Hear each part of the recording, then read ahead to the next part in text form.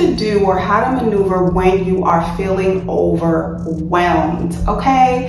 When you are feeling overwhelmed, when life is not going how you thought it was gonna go, or you just feel indifferent, you just feel blah, you're just over it. You're trying to reach certain goals, you're trying to trust God through the process, through the waiting room, but it is just hard and it's overwhelming because it feels like you're trying to do everything that you know to do, yet it's not working. If you are a part of my email list, you probably heard this story. It was an email that I sent a couple of days ago. Side note, if you're not a part of it, make sure you add your name to the list because I do send out weekly words. So the other day, I was trying to connect my headphones to my iPhone. And I have these Raycons, which by the way, I actually think are better than AirPods, but that's neither here or there. But I was trying to connect my Raycons to my iPhone. I kept getting an error message that said connection unsuccessful.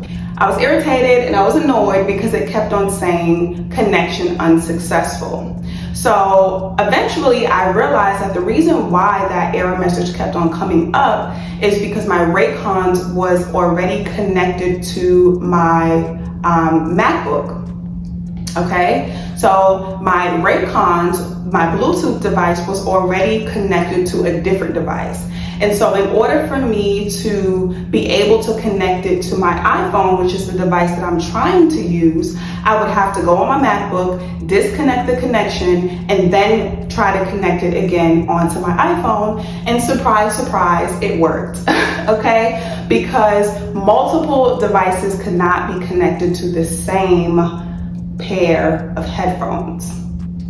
You see where I'm going with this? A lot of times the reason why we feel so overwhelmed, the reason why we feel so tired and just over it is because we are too connected to too many different things. We are plugged in to too many devices, okay? And that is why our efforts are unsuccessful. We're double-minded, we're all over the place. You're listening to too many voices, whether that's voices on social media, whether that's voices from family and friends, whether that's the voices in your head. Somewhere along the line, we lose sight of the one voice that is the most important, which is hearing from God himself. And so instead of receiving instruction from him, or instead of going back to the instruction that he gave us before, we've gotten distracted and we started doing too much. We started listening too much. And so you have your feet connected here, but then you have your ears connected here, but then you have your eyes connected here. And so now you're feeling overwhelmed because you're spreading yourself too thin. I want to use this video to encourage you that maybe you're doing a little too much, okay? Maybe you are doing too much. And the answer to feeling freer and lighter is to take a step back from whatever it is that you're doing or from whatever it is that you got going on, taking a step back and then reconnecting to the power source, which is God, right? Because a lot of times we forget that part. We forget, you know, that is the most important thing. And then we start trying to run 100 miles per hour in multiple directions and then wonder why we're dizzy. I'll use myself for an example where I had to realize that my devotional time or my time spent in prayer was honestly the smallest part of my day, you know, because I would wake up, get on my phone, check my emails, you know, go and do this, go and do that, think about all of the stuff that I had to do.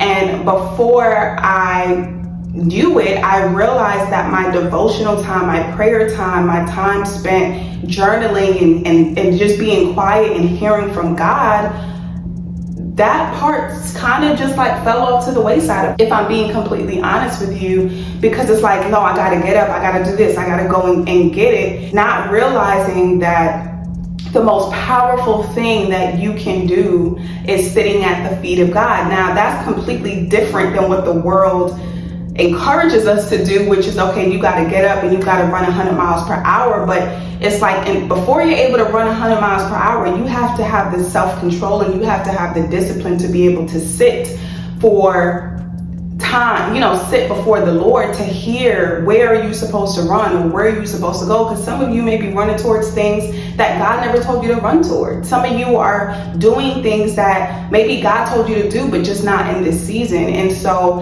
my encouragement is to get back to the simplicity. So I encourage you this week, this is your challenge, okay? It's gonna be a YouTube homework.